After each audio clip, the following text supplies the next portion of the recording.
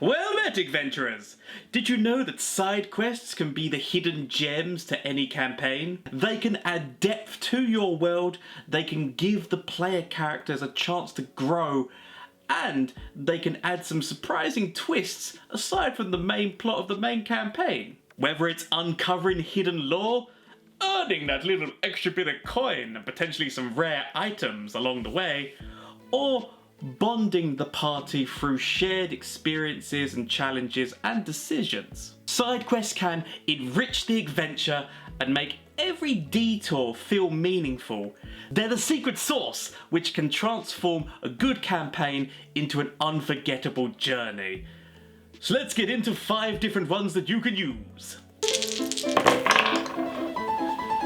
Yes, 'tis I, Nathaniel Gomezian, shopkeeper and proprietor of Gaming Treasure Chest, and in today's video, as already stated, we're going to be going through side quests, in particular 5 different ones that you can throw into your campaign and at your characters that's going to be interesting for them to go through, because I like making my side quests be something which is not just simply, oh, go out and kill this. The party can do that, but I do like to throw in some little extra secret little things they could find potentially along the way that can completely change what's going on and their decisions that they decide to make. You know, maybe throw in a little bit of a moral quandary. Now, the important thing to note about this video is, much like my other videos, you don't have to do things exactly as I do them. These are just going to be suggestions, and how you give them to your players, you can choose whatever you want. Yet again, I'm just going to be giving you suggestions on how I do it. You can give these type of quests to your players in multiple different ways, be it through notice boards or bulletin boards in towns, be it from actually having like an adventurers league which has different contracts that like parties can go and find contracts and then go out and do them, be it simply for them stumbling into it while walking into a town. There are multiple different ways that you can like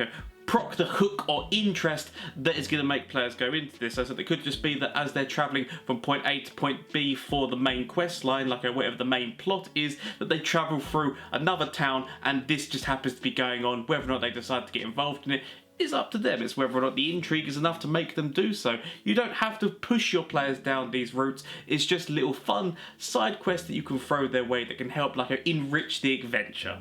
So without further ado, we get into the first side quest that you can set for your players, which is Slay the Vampire. You'll see on the screen at the moment in time the letter that was basically given to the Adventurers Guild by the mayor of the town that was prompting the party to come and help them out. Basically what it's saying is people are being killed in the town and there are bite marks on their neck, and basically the mayor wants help ridding the town of the evil vampire who lives on a manor on a hill which is close to the town. So the setup for this one can just be the letter and then the party make their way to the town, or it could just be that they stumble across the town as they're making their way through as the main plot that's going on. But as the party make their way into this town, what you basically want to be saying is that there are flyers about, like I said, a vote for mayor, wherever the hell your mayor's name is, and there could be some other flyers for different people who are trying to get the mayorship. And we are subtly trying to convey to your party by slipping this information in as you describe the town is that they're going through an election time. But in addition to this, as they walk into the town, they can find maybe a group of people who are all kind of huddled, talking to each other, muttering, and the party can hear certain bits of fearfully saying oh no, which another one's been killed and things like that. And potentially down an alleyway, you can have a couple of guards surrounding a person on the floor who's got a cloth over the top of them, basically another victim has been claimed by the vampire. So your party can do numerous different things depending on what they want to do. They can potentially try and investigate and see what's going on here with the dead body, or they can maybe talk to the guard who says oh, you want to get involved with this, talk to the mayor. They might just head straight to the mayor. As I said, parties do numerous different things depending on what kind of players that you've got. So maybe they make their way to the mayor, and basically the mayor just says look, there's people who are dying and the vampire's on the hill. If you can go up there and slay him and then come back down, let the town know I will address and make a big show and dance about it, basically is what you're trying to convey. You could also say that the mayor seems maybe a little bit stressed and the players don't know whether or not it's fully just because of the vampire killing people, or maybe there's something else subtly which is causing them stress, basically, secretly you're putting in the seeds that there is maybe something else going on here than what the party are 100% know what's happening. Because basically, the mayor's actually more concerned about the fact that there's the new election coming up, and he wants to make sure that he's going to get voted in and be the mayor again. It's a cushy job, but the man wants to keep it. Anyway, your party might just decide to go straight up and try to kill the vampire. Now, obviously, it depends on what kind of time they decide to do this. Maybe they decide to go there during the day because they think it's going to be better for them rather than going at night. It is a bit of a trek to get up there, let them know that, so they might decide to camp outside before actually going all the way into the vampire's mansion during the day. I said, if they try to go directly there during the daytime, then it's probably going to be nighttime by the time they get up to the manor, because it's quite like a steep kind of hill that goes through a bit of woods and whatnot. But obviously, if your players decide to go there during the day, the manor is quite locked up. They could potentially break a window and potentially find a way to break into the place. Obviously, that is always an option. They'll potentially be greeted by the vampire's servant. We're just going to call him Igor because I love the classics. So Igor will potentially be what the hell is the party doing here? What the hell's going on? And your party can either decide to bluff or, just decide to fight Igor for all you know. Who knows what your party will decide to do? Anyway, obviously, they will find the vampire up in his coffin during the daytime in one of the rooms upstairs. And they can decide to kill him and then head their way back to town. Or if they go there during night, the vampire will be up and about and he will be very gracious to them as they come in. Obviously, Igor is his servant and will serve the party however they need to be, and he will sit them down and even give them a lovely meal. And obviously we're going to call him Vladimir because, yeah, again, we're just going with the classics and I'm not being very original with this. He'll be very courteous though to the party, and he'll even offer them rooms to stay and whatnot. He's actually a very nice guy if the players decide to get to know him. It ends up turning out that he's not been to the town at all, so he's got no idea what the hell they're talking about. And if they investigate further, they will find that there is actually in the backyard of this manor pigs and cattle and things along those lines, that basically he's been feeding off the blood of animals rather than the blood of humanoids and people, because he's decided after many years of being alive, because he's been alive for centuries, that he actually doesn't like this reputation that he's got and he actually wants to improve it. And basically he actually does want to be friends with the town. He doesn't understand why everyone always seems so hostile towards him. And that is the fun twist of this side quest, is that actually the vampire's not a bad guy. And if the players actually decide to investigate and potentially go to the morgue like my players did, my players when they first did this, they decided to go to the morgue to investigate the dead bodies. If they do a reasonable medicine check,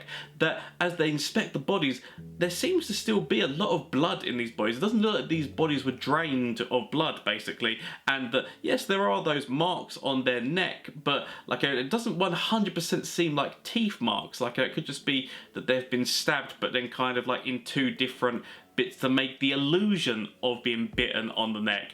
And this is where the massive, if they decide to investigate and go further into this, that you'll find out that the people who died were actually people who are caveating against the current mayor, and suddenly, they seem to have died. And the mayor is using a pretty standard kind of political trick of causing fear in the town, and that he's the only one who will save them. He's like, look, I'll hire adventurers, I'll make sure that we rid the town of the evil which is plaguing us and whatnot. People are dying and we can't have this kind of thing. And he's kind of playing up that fear, and that is what's going to make the people vote for him. That's what he's more nervous about, is that he doesn't want to lose the election.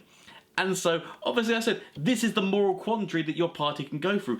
Do they decide to actually just slay the mayor and get the money? Or do they decide to expose the mayor and show that, look, the vampire's not doing this, he's actually the mayor's hired a hitman who, if your party continue to hunt around the town, they will potentially find. And that is where the fun comes into it. So this quest is one of those ones whereby they can either decide just to go straight through, kill the vampire, get paid, done. If that's what your party wants to do, that's fine. If they decide to do a little bit more investigating though and look into this, there is actually a little bit more in-depthness which is going on there. And you can say that if they decide to go down this other different route, that maybe the vampire might give them some money, maybe not the entire money that the mayor was going to give them, but as gratitude for them actually clearing his name and whatnot. And who knows, it might repair relationships between the town and this vampire, and there might actually be a consequences to that in the future. Maybe the vampire himself actually becomes the mayor. Maybe there's different things that could happen that later on down the story in your campaign, they can see the ripples of their decisions coming to fruition. So that's just the fun thing that I love about this kind of quest. So anyway, on to the next one. So the second side quest that you can throw at your players, I'm going to call it the Mushroom Cave. It will become apparent as to why. So yet again, you'll see on the screen the kind of like a letter that the players got, that they got at the Adventurers Guild. It was like a contract. And I know it's stupid, but this one always gives me a little laugh just because the name of this herbalist shop is Tasty Mixes and his name is Sir Mix-a-Lot. Don't know why, that just really made me laugh when I came up with that. So basically it's about a herbalist who wants the players to go into the cave to retrieve mushrooms for them and to try and find out what had potentially happened to their previous gatherer. So as your players start to adventure through this cave, maybe at the start they find like a little encampment that's like maybe got like a bedroll, a tent and such, but maybe there's like a bit of blood that is like trailing off of that, and so that's maybe like a kind of hint that maybe this was the previous gatherer. Maybe you can have like a journal or something that's left at the camp whereby it's like by the previous gatherer who's like explaining little tiny bits what's going on, but don't give away the whole situation. Like, so basically that he's going in there, oh, there seems to be a plentiful supply of mushrooms, the mushrooms that Sir Mix-a-Lot is looking for, and that like he's been starting to gather them. Whatever. The point is that as your players start to make their way through this, they can find mushrooms along the way. Now when I did this one, I had it that some of these mushrooms were actually connected to like little strains of web, and that spiders would attack them. I had phase spiders attacking them, but you can just have normal spiders attack the party, and that maybe like it means that the party then start to actually check these mushrooms out as they start picking them, because some of them have little threads of silk which then alerts the spiders, and then that's when spiders kind of attack them when they try to get these mushrooms.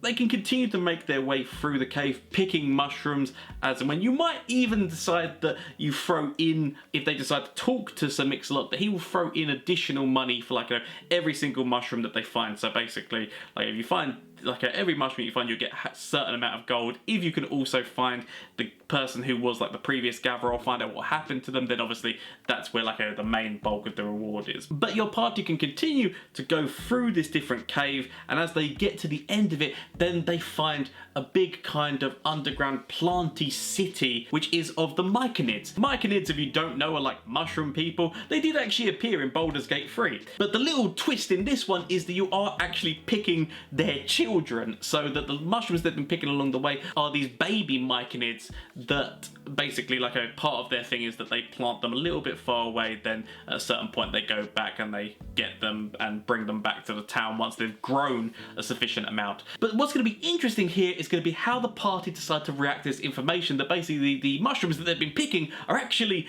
these people's children, and whether or not they decide, do we take it back for the cash, or do we like set the children free and give them back to their parents? Now, what you can have in this kind of like little underground town, like, you know, I said, like it's a kind of plant life kind of thing, is like a cage, and inside that cage is the previous gatherer. Now you can speak to the sovereign of these people, because I believe that sovereign is basically what like the leader of a colony of Myconids is called, and he will say something along the lines of this person has done like crimes against their people, that he has kidnapped their children, sold them on, and that he must be punished. Now your party can decide to do multiple different ways. They can either try to persuade them to let them go, or they can speak to the prisoner themselves and see what's going on with like why are they imprisoned, in terms of like maybe they reacted quite badly to when they were captured, maybe tried to stab somebody or whatnot. Anyway, point is that your party can decide what they want to do here in terms of whether or not they want to try to free them by this, and also whether or not, as I said, they're going to give the mushrooms back.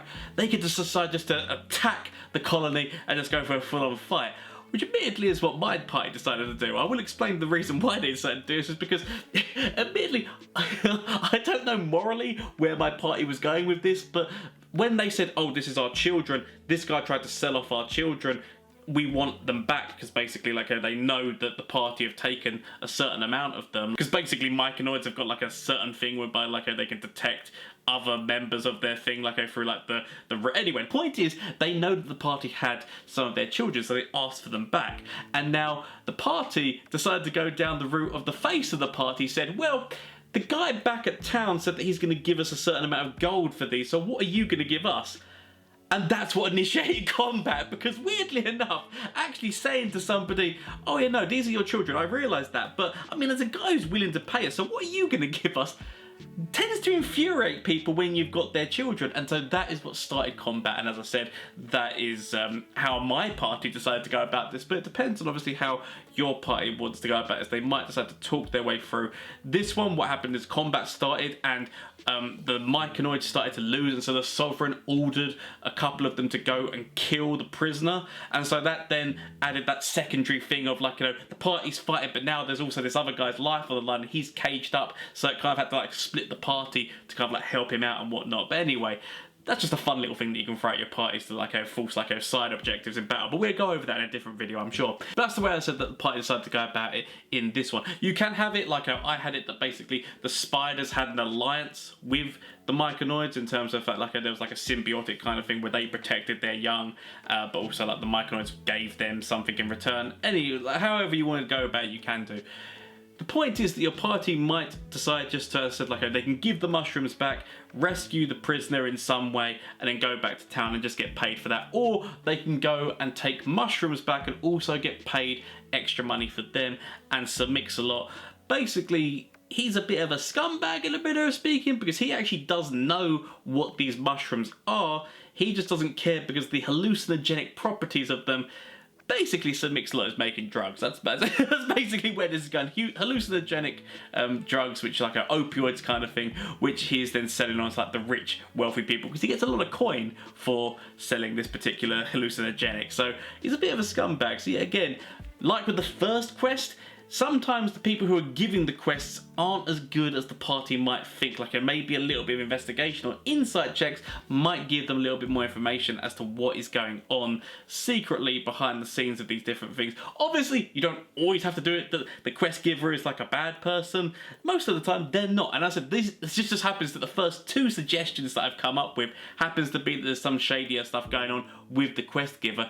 And it's okay to do that. Just don't do it too often, otherwise your party will just become suspicious of every person who gives them a quest. So that's just a little secret thing that, like, you know, every once in a while give them a quest like that. Don't give them too often where, like, the person's a bad guy. So the thing with this one is whether or not the party decide to go with the extra thing for getting the money for the mushrooms as well as saving the guy, or whether or not they just save the guy and get, like, a set thing. So it's forcing the party to choose between their morals of, like, you know, what they're doing and money. This also can give you a gauge of actually what your party's moral stance is. And obviously with these things you can give the party different consequences and different things that could ripple throughout the campaign. Like maybe some of the Myconoids survive and they've now got vengeance against the party and will try to come up with ways that they're going to, you know, enact that vengeance. Maybe the party decide to screw over Sir Mix-a-Lot and maybe he's got a vendetta against them and will maybe somewhere down the line, he is after all a herbalist, maybe tries to poison them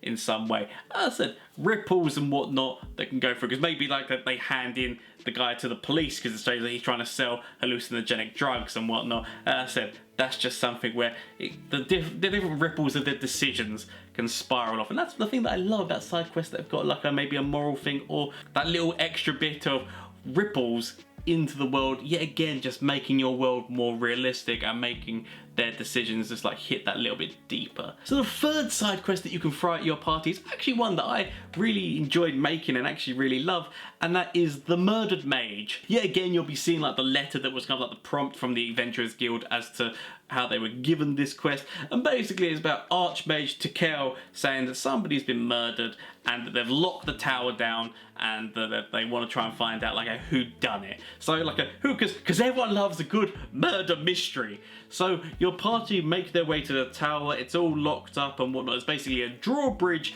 on it, but there's like a sending stone outside that when they talk, they are talking to the Archmage and he's like, okay, right, we're going to lower the drawbridge, let you in, but then we're going to be shutting this down because like basically we need to find out who's responsible, what is happening here. Nobody has left the building is basically what he's going to be trying to say. So your party enter, they can talk to Archmage Tekel and they will find several other different wizards in this mage tower whereby like they've all got different specialties of magic. Your party can investigate and find the dead body on the floor, and if they do a good enough medicine check, what they will find is that his head seems a little bit more empty than what it should be. And if your party decided to do what my party decided to do when they found out the information of cutting open the head to see what the hell's going on, then what they will discover is that there is no brain inside the head of the dead body. Like that's the reason why it feels a bit lighter when they do an examination on it, is that there's no brain in their head. So this is going to get like a ticking things going on in their head about what's kind of going on.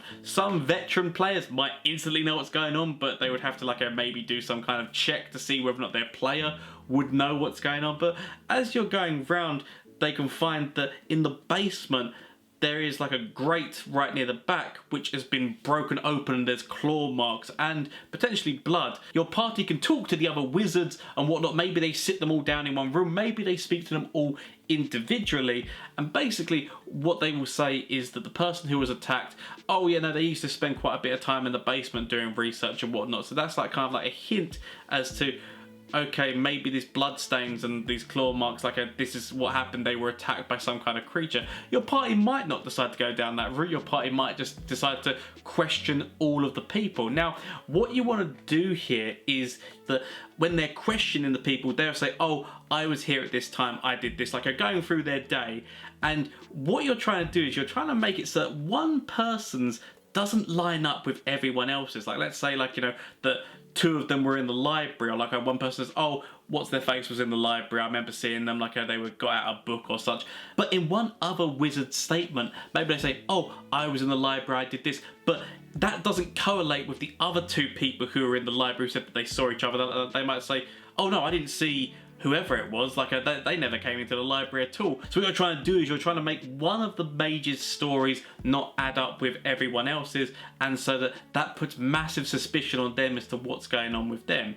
Now, if your party decides like to keep investigating and whatnot, that person who you put like the kind of suspicion on, maybe they die as well. Maybe they went into like, you know, the certain area of the tower and suddenly their body is found dead and nobody knows what's going on there. Because what is actually happening in the Mage Tower itself is there is actually an intellect devourer who gained access, got into the body of the first person, and then ended up getting into the body of the second one, leaving the dead body of the first on the floor. And now maybe they've killed somebody else and they've ended up in somebody else's head. Now your party is in like a mage tower kind of thing, so obviously there's like an extensive library. Maybe your party might have to do some research to kind of find out what kind of creature could potentially do something like this or something along those lines, and maybe that's how they stumble upon like finding out about an intellect devourer if they roll highly enough. Maybe their investigation is just terrible and they don't find anything out, or maybe they find scraps of information. However you decide to go about this is up to you, but basically you can have it that this intellect devourer can go from one mage to another mage in different ways. Like maybe there's a bit of combat that goes down, because basically like their whole taking over the brain thing is like if the person's unconscious or if like whatnot, so maybe like they cast like the sleep spell.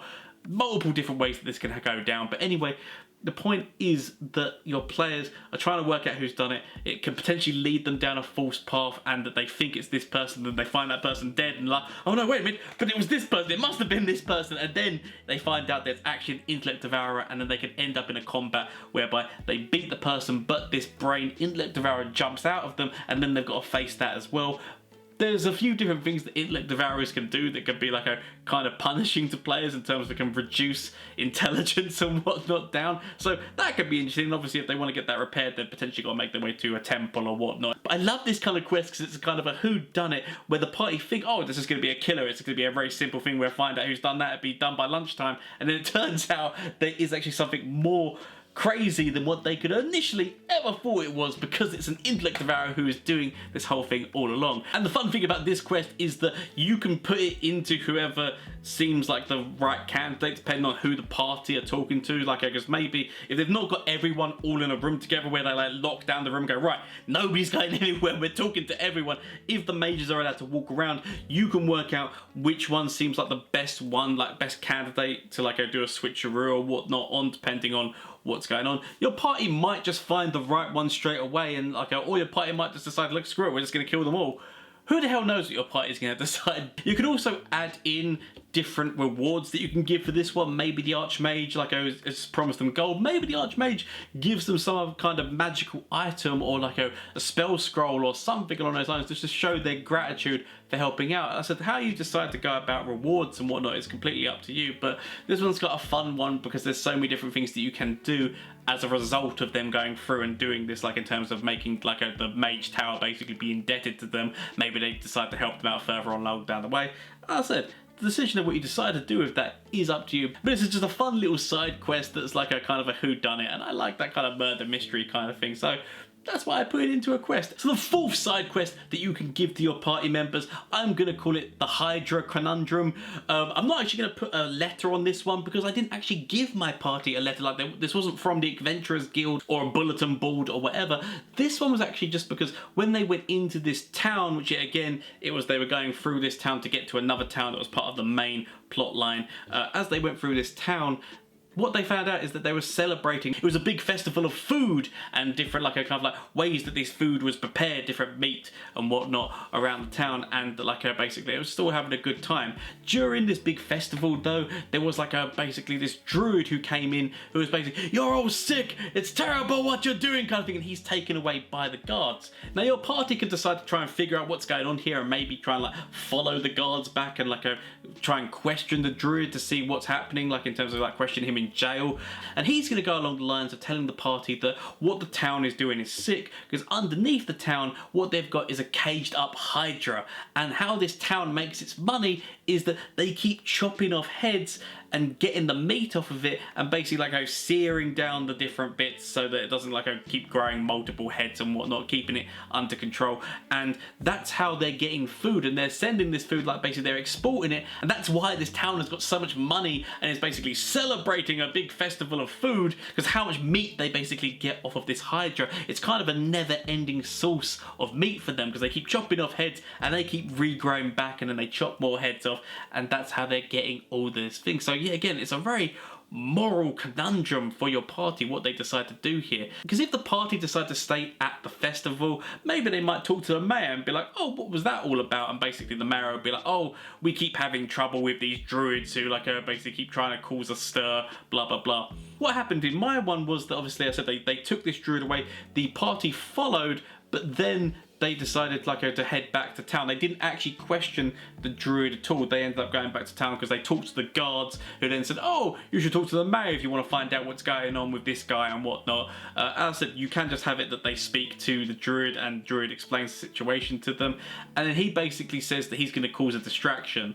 What basically happens is that the guardhouse blows up because the druid wanted to be caught, because he had a whole kind of explosion plan whereby it would cause a massive distraction. So as the guard tower blows up, obviously you've got all these people screaming and the festival goers and they're going, "What the hell's going on?" Guards heading their way back and people trying to put out the fire and the different fires which are being created off of this guard house basically exploding. While that is happening, the druid has escaped and has met up with their colleague, and they are trying to rescue the Hydra. Now, as I said, you could have it that maybe the mayor shouts for some guards to check out the Hydra. Maybe the mayor says to your party, "Go on, Widget, I need you to go and check on this just to see what's going on, because this could be a ruse." Your party or guards can head there, and as I said, they will find these two druids trying to rescue the Hydra.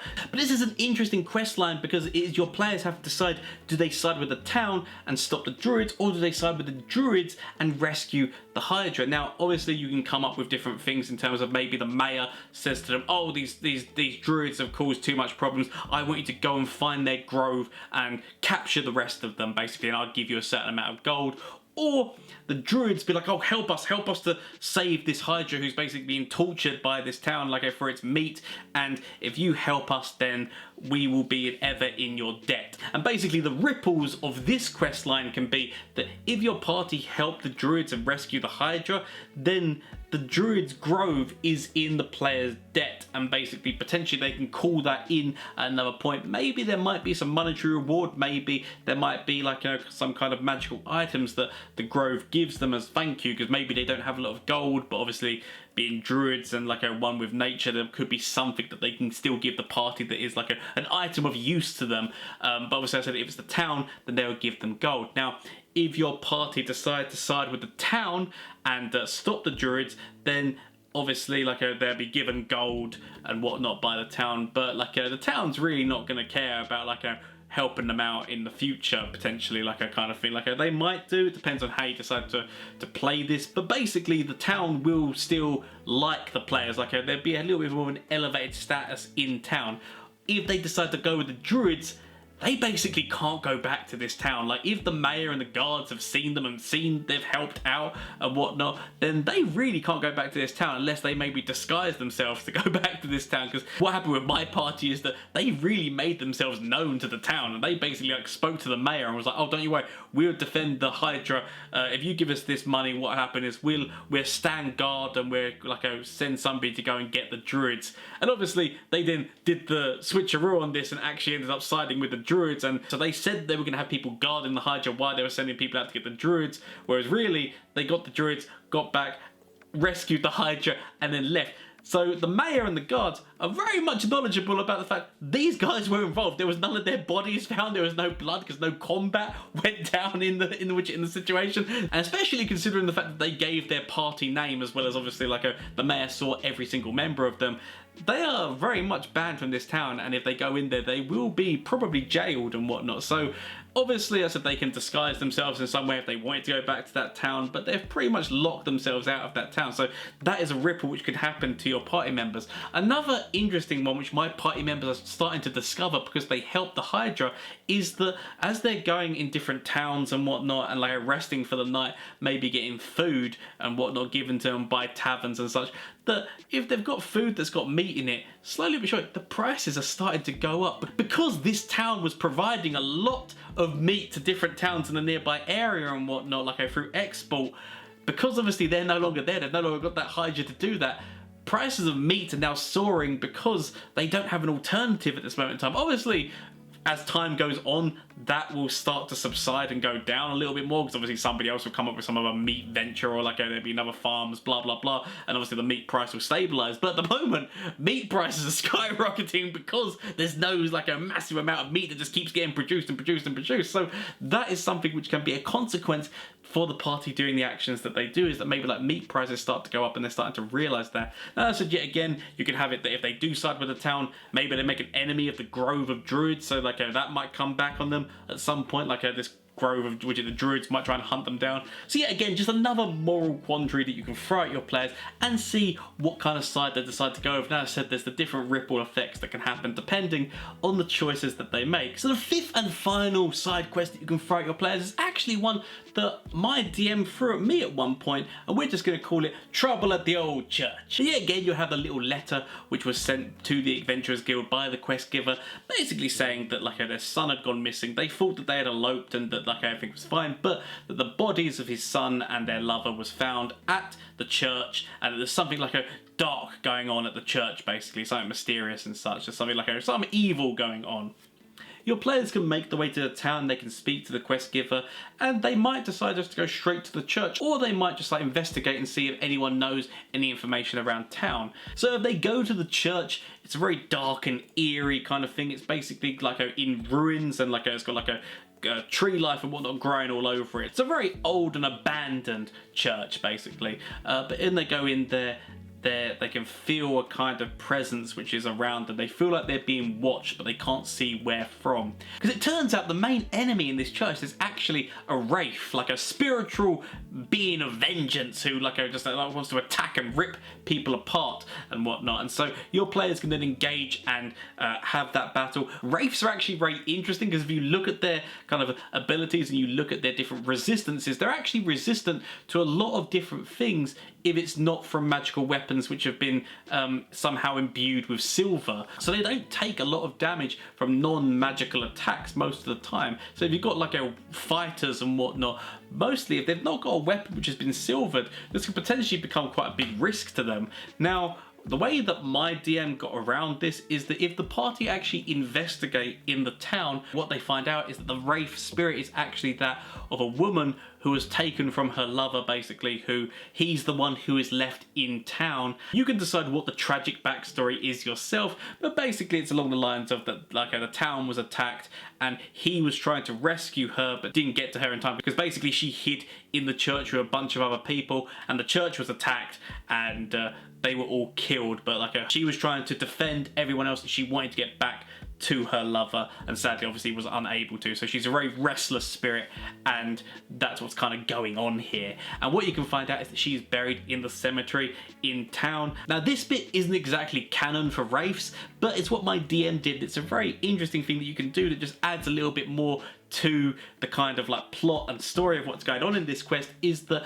if they decide to do research on the wraith, then what they'll find out is that if you find something which was either like a physical part of the person who died or something which was like a prized possession of theirs and you take it to like the place that they were killed and you burn it, then that will actually solidify the wraith form a little bit more, and it means that those attacks that they're all resistant to can actually go through. So it's something whereby like it can be quite a problem for fighters and whatnot, but if they can come up with a way which kind of like sidesteps that and they don't have to worry about having silvered weapons or like that they don't have magical attacks, they don't feel useless in the fight, including something like this and like some way that they can find out this information, be it through research that like I said they can do either at a library or if they've got an adventurers guild. Like I said, this is where we got the contract from. Maybe the adventurers guild has got like books on wraiths and whatnot and things that can help them out along this way. Now as I said, like obviously they can find the grave and they could potentially like dig up the bones and they can take that there, burn it, or maybe when talking to the guy they can find a prized possession of hers because like he's held on to all of her stuff,